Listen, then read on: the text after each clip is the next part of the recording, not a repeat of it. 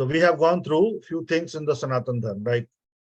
Different aspects of Sanatan Dharm, starting with our scriptures, customs and rites, and ethical teaching.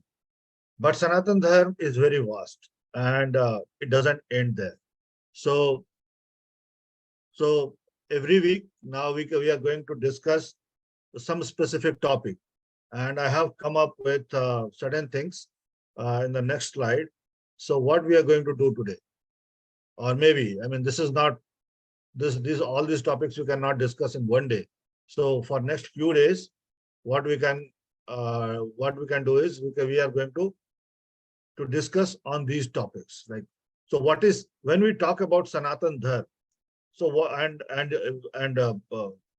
in last classes I said that Sanatan means what? Eternal. So what is eternal in Sanatan Dharm? People talk about Sanatan Dharm, Hinduism, or like how Hinduism is different from other religion, and how Sanatan Dharm is different from the other religion. It's all understood, but why the name Sanatan and why the name eternal? So what is eternal in Sanatan Dharm? That is important to understand. So we will focus on that. Second thing is Sanatan Dharm and modernity. Proudly we can say that, okay, so we are the oldest religion. It was not started by anyone, and it has been there since the beginning of the existence, and it will endure when everything will be destroyed. Then where the Sanatan Dharma which stands like with then how Sanatan Dharma goes hand in hand with modernity and modern inventions and modern architecture, modern technology, how Sanatan Dharma is related to that. Very important aspect on philosophical development of the society. Sanatan Dharma works on 6 different philosophical schools. They are Nyaya, Vaishesik, Mimamsa, Yoga, Sankhya, and Vedanta. So these are 6 different philosophical schools, and each school was started by one sage. Of course, like Vedanta is not a work of only one sage or only one rishi or muni. It is a work of so many different people or so many different sages. So we'll also go through philosophical schools, and then very important concept of Sanatan Dharma, which makes us different from other religion: karma and reincarnation. We believe in karma, and now the karma has become buzzword among the youngsters. Even Western world has also started using karma so frequently. But karma has a very profound meaning, not just a superficial meaning. So we will go through the karma. What is karma? What is reincarnation? How karma plays a significant role in reincarnation. So like we as a Sanatanis, we as a Hindu, we take rebirth. So we believe in our past lives. We believe in our future lives. So whatever we are doing today, that will impact our future life. What we have done few hundred years back, maybe that is impacting now. So we as a Sanatani, we believe in karma and reincarnation. And karma plays a very significant role in reincarnation. Sacred text. So what are our sacred texts? Actually, the few in last couple of a couple of weeks back, when we are talking about Sanatan Dharma, we spoke about sacred text. Just gave us some glimpse of what different types of scriptures in Sanatan Dharma. But there are more than scriptures. There are lots of literature work. There are lots of work which is done on technology, on various things in the society. So we have text available for everything. And then we will also go through varnas and caste system. So nowadays, the whole, especially in India, because outside in India, people don't really care about the caste of the other people. But in India, it is still prevalent, and we'll see how it started and what was the purpose behind it, and was it actually started? I mean, was it just uh, actually something, or somebody started this caste system, or it is just a myth which was, you know, which is there in the society, and the whole humanity, or whole maybe uh, Hinduism, whole Hindus are uh, like getting distracted of this caste this system, which is nothing but caste system. And then very developed, very advanced topic, which is temples and their structures. So uh, when Britishers came to India, they started saying that India is very poor country. There is nothing in this country. So we have built it. Actually, the Britishers claimed that they had built India, but that is not correct. But that, how we can say that? We can say by looking at our old structures like temples, their architecture. So beautiful, places that has been there since thousands of years. So we will also talk about those things, but this is going to take some time. This is going to take a few weeks. Let's start with the topic. What is Sanatan? Sanatan Dharm में Sanatan क्या है? Okay. So when we talk about anything, say any dharma, any religion, or let's say dharma. So what is Sanatan? Sanatan is eternal. This cosmos is eternal. There is a continuous construction and destruction in the cosmos, and that's how it is going on and on. Some planets are in making, some planets are destroying. There are some stars which is going to be supernova. There are some stars which is going to become planets, meteors, and other heavenly objects. At the same time, there are certain things. There are black holes which is coming together and becoming and becoming more and more powerful. So this cosmos, this whole existence, are they eternal? So that's the question. So if they are eternal, like continuous birth and destruction, continuous construction and destruction, if that is happening in a system, it means that system is eternal. So the cosmos is eternal. This whole existence is eternal because the cosmos, because the construction and destruction is the core of this existence. Now, if we compare our body with this whole existence, can we say that it is eternal? Because continuously uh, things are constructing and destructing in our body. Like if you really understand, uh, all the cells in our body, they are replaced in almost 2.5 months. So what we are today will not be the same anymore after 2.5 months. It means things are being created and things are being destroyed. But our body is eternal? No, because after some time the body will not exist. But the process of construction and destruction will still be going on. So what is behind this construction and destruction? That is eternal. Now in this body, something is there behind this body, which is making those cells to destroy and making those cells to create. That force is eternal, or that thing is eternal. So what is that thing? That thing is called consciousness. And that consciousness is everywhere. It's from the smallest particle to the heavenly planets. It is everywhere. That is what consciousness is. And how one can feel consciousness. So when I say consciousness, it is very easy to understand. Like if I'm talking to you, you are listening because we both of us are conscious. I'm conscious about talking to you. You are conscious about listening to me.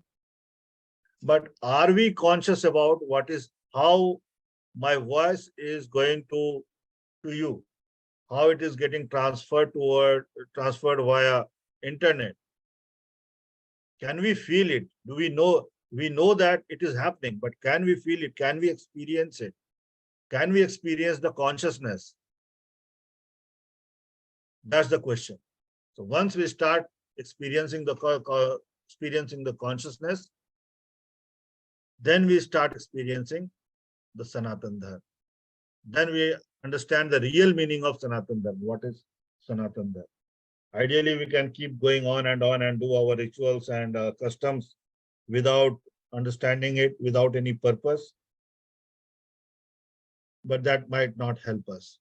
Of course, like there are benefits. There are in Sanatan Dharma, there are things. These things are made for the betterment of humanity. But for the personal development, it is required to understand the core of everything, which is consciousness. So in the smallest particle to the biggest heavenly planets or anything, they all have their own consciousness. Like in atom, there is something which is going on inside it, but we don't know. But something is going inside it, that is that atom's consciousness, which we are not aware of. Something going in our body when we don't know everything about our body. We can only experience through our senses, but there are lots of things or thousands of or millions of things which is going inside our body with each and every cell which we are not aware of. But each and every cell has its consciousness. They are all alive. They are functioning. They are breathing. Uh, they are reacting to the environment, but we are not aware of it. So consciousness is Sanatan. Consciousness is eternal. Consciousness अर्थात हमारी चेतना शक्ति ही इस सनातन धर्म के पीछे कार्य करती है. चेतना शक्ति के पीछे ही या चेतना शक्ति ही शाश्वत है. यह चेतना शक्ति ही हमें सूक्ष्म से सूक्ष्म कणों से लेकर महानतम ग्रहों और नक्षत्रों में यह पाया जाता है. और यह उनका अपना होता है. जैसे सूक्ष्मतम कण का अपना कॉन्शियसनेस होता है जिसके विषय में शायद हम नहीं जानते हो. इसी प्रकार बहुत बड़े से बड़े ग्रहों में जैसे बहुत सारे ग्रह ऐसे हैं जिनके विषय में बहुत सारे इस कॉस्मोस के और इस ब्रह्मांड के लगभग 99.99% ग्रह, नक्षत्र या फिर तारे ऐसे हैं जिनके विषय में हम कुछ नहीं जानते, परंतु उनके पास अपना कॉन्शियसनेस है, उनके पास अपनी चेतना शक्ति है. और वही सनातन धर्म का कोर है, वही सनातन धर्म का आधार है. सो इटर्नल इन सनातन धर्म is consciousness. That is most important. After this, everything comes. Like after this, our rituals, our customs. But we need to understand, even if we are doing our customs or we are performing our customs, our rituals, but the purpose of this is ultimately going to be make us or may expand us our consciousness. So we can expand our consciousness. That is the whole goal of Sanatan Dharma.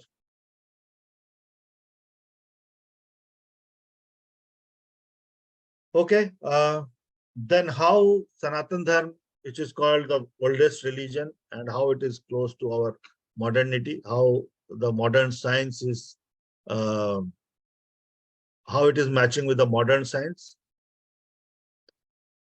Very famous scientist Carl Sagan, who worked on sending I forgot the name, but he actually made not a planet. I forgot the name, but the first object which crossed our solar system, he made that. And what he believed that the cosmos is continuously continuously creating itself and destroying itself. So the Hindu religion is the only one, and he was a great exponent of Hindu religion. So he went through the Vedanta and Upanishad, and he found that the teaching of Vedanta and Upanishad is what they taught us thousands of years back. Modern science started exploring now. So he was very impressed with the scriptures of Sanatan Dharm. So he actually mentioned the Hindu religion is the only one of the world's greatest faith dedicated to the idea that the cosmos itself undergoes immense and infinite deaths and births. So these are the words of Carl Sagan, who created an object which passed through the solar system. It was launched in 1959, and now it has crossed our solar system.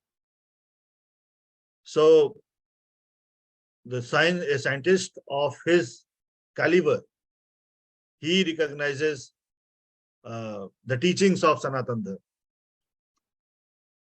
Again, a great geologist, Arthur Holmes, he mentioned that modern inventions are stolen from Manusmriti.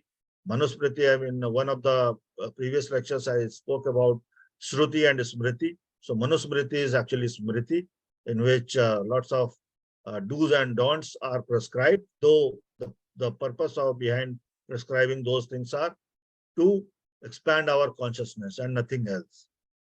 Albert Einstein, everybody knows Albert Einstein.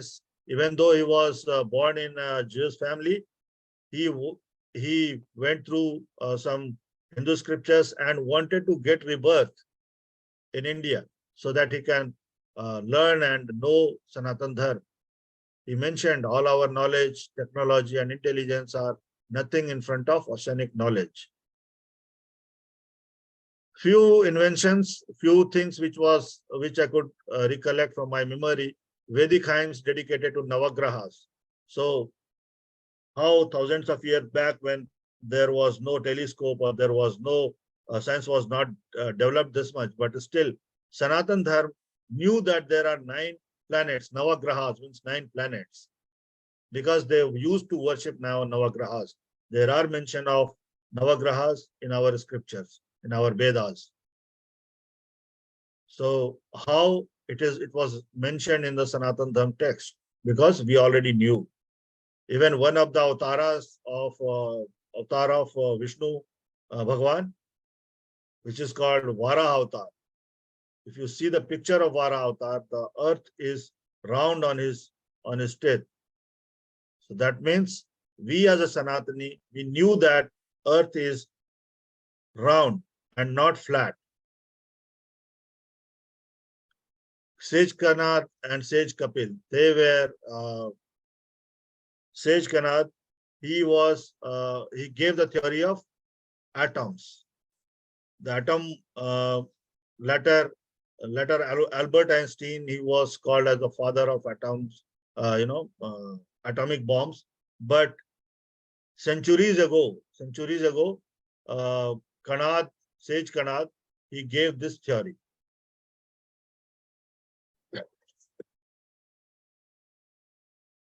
So Charak Samhita is for the modern medicine. He actually he prescribed some, or he explored tens of thousands of medicinal plants. He explored tens of thousands of medicinal plants. He is also called as the father of surgery. Thousands of years ago, when the science was not so developed, he could he could do surgery. He started doing surgery, and the medicine that he used they were from the medicinal plants. He also the Charak also emphasized, or Charak also told about the importance of diets and activity on our mind and body. So how, if we just eat and don't do anything, our mind and body become lazy. So it is very important to keep doing or keep our body active and doing exercise, yoga, pranayam, Those things are very necessary. Bhaskaracharya was actually a great astronomer. There are lots of, he wrote lots of books. One was Lilavati on arithmetics. Another was Bij Ganit on algebra. But two most useful books, they are all useful books, but I can remember two most useful books. One is called Surya Siddhant and another is called Siddhant Shiromani. Surya Siddhant can give you the exact time of revolution. So it can give the exact time of revolution of Earth around the sun. So he in Siddhant Shiromani again, he described about 9 different planets and how they are surrounding the sun. So they are all they're all what science is doing now. All these sages, they did it long back. They did thousands of years ago. Aryabhatta created zero, and zero is now it's a because of zero, the science and technology has grown so fast, has grown, has advanced so much. So Sanatan Dharm has already that capability, and still there are so many things which science cannot think of. They are still exploring, and it will take maybe thousands of years to come to a point to recognize that, okay, so there is a religion which already knew all these things, and it will happen eventually. You can see these beautiful carved idols on the different temples in India. They have been created thousands of years ago without any sophisticated machines, any designer tools, any designing softwares. This is how Sanatan Dharm is advanced. This is how Sanatan Dharm is so modern.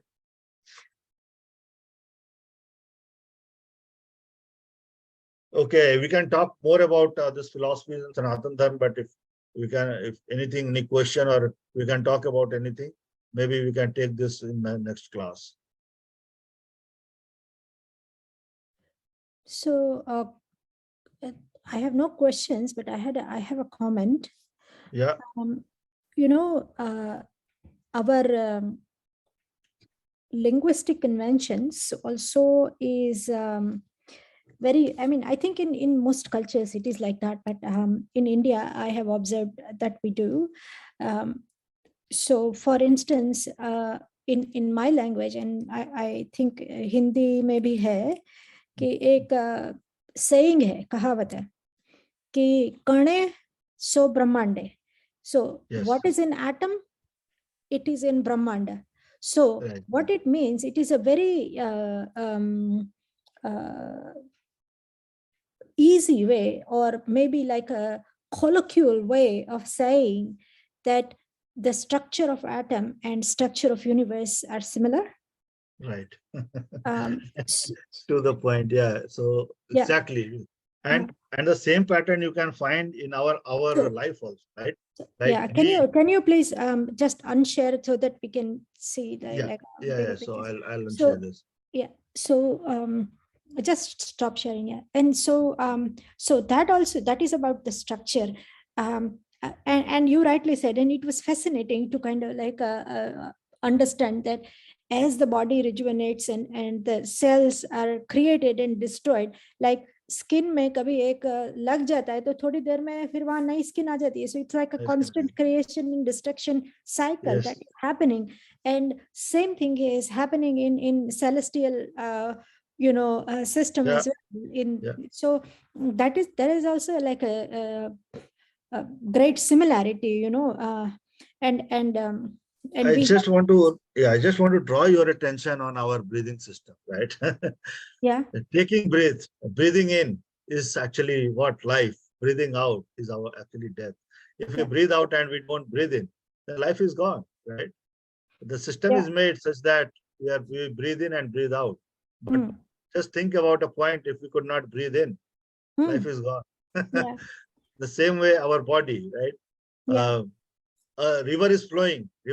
So river is at any moment of time, river is not the same. It's a new river, yeah.